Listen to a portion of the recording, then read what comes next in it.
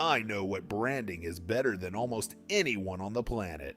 I've watched leaders build movements from the ground up, crafting an image that millions buy into. From the day they step onto the stage, it all plays. It all plays. A while back, I realized that for all the global attention Narendra Modi commands, I actually didn't know much about his early life. How he rose through the ranks of a secretive nationalist organization, and what his career can teach us about what he really wants. So, I delved in to try and better understand how he rose to power, and most importantly, how a tea vendor became one of the most powerful people on the planet. So, join me as we explore the rise of Narendra Modi. Narendra Damodardas Modi, rich in ideology, ruthless in strategy, and famous for his unwavering discipline. Narendra Modi was born in Vadnagar, a small town in Gujarat, a world away from the gleaming political skyscrapers of New Delhi. He was the third of 6 children born to a local family, growing up in a home defined by simplicity and modest means.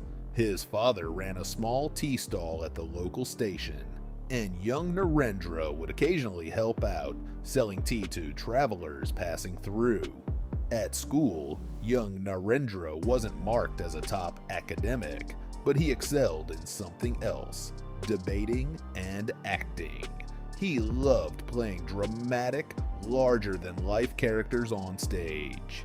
He learned early on how to hold a room's attention, a trait that would quietly lay the foundation for his future political theater. When Modi was just 8 years old, his father introduced him to the RSS, a nationalist socio-cultural volunteer organization that would become his entire world. This was an intense, highly structured environment. It valued absolute obedience, ideological purity, and physical endurance. Modi thrived in it. He quickly rose through the ranks, learning how grassroots mobilization actually works from the ground up. And then came the ultimate test. In 1975, the government declared a state of emergency. Opposition was banned, and political rivals were thrown in jail. The RSS was outlawed, most leaders went into hiding or prison, but Modi went underground. To evade arrest, he wore elaborate disguises, sometimes as a monk, sometimes traveling across the country in secret. He printed underground pamphlets, smuggled intelligence, and mastered the art of shadow politics. It forged an unbreakable, ironclad resilience. In the late 1980s, Modi transitioned from a backroom organizer into mainstream electoral politics, joining the Bharatiya Janata Party, BJP. He didn't just join, he engineered. He helped organize massive cross-country political campaigns that changed the face of Indian conservatism forever. He understood that winning wasn't just about giving speeches. It was about micro-targeting, data tracking, and sheer logistical dominance. By the time he took the reins of the party's machinery, he knew how to craft a narrative that people would buy into without hesitation. In 2001, following a devastating natural disaster and political turmoil in Gujarat, Modi was thrust into his first major executive role, Chief Minister. For over a decade, he ran the state with a singular focus on development and business growth. The Gujarat model became his corporate calling card. By 2014, he took that regional playbook national. Running a tech-savvy, hyper-modern media filters, he secured an absolute majority.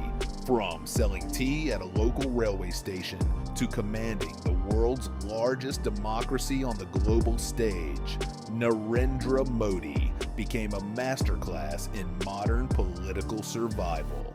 Whether you see him as a visionary builder or a polarizing force, one thing is clear: he rewrote the rules of power.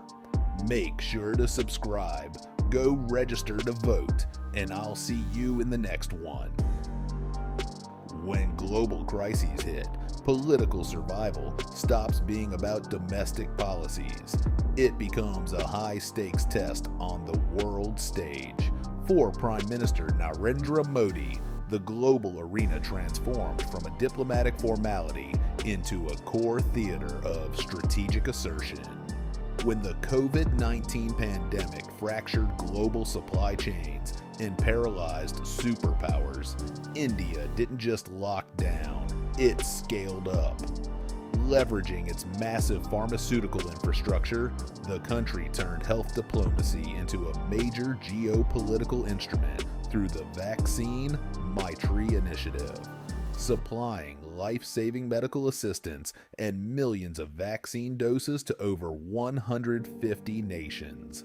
India bypassed Western vaccine nationalism, cementing its identity as a dependable first responder and humanitarian anchor for the developing world. As the post-Cold War consensus unraveled and the world plunged into an era of overlapping wars from Europe to West Asia, traditional alliances were tested. Modi walked a tightrope of multi-alignment, fiercely protecting India's strategic autonomy. Declaring boldly on global platforms that this is not an era of war, he rejected binary choices, choosing instead to keep channels open with all major global powers while steadfastly prioritizing national interest.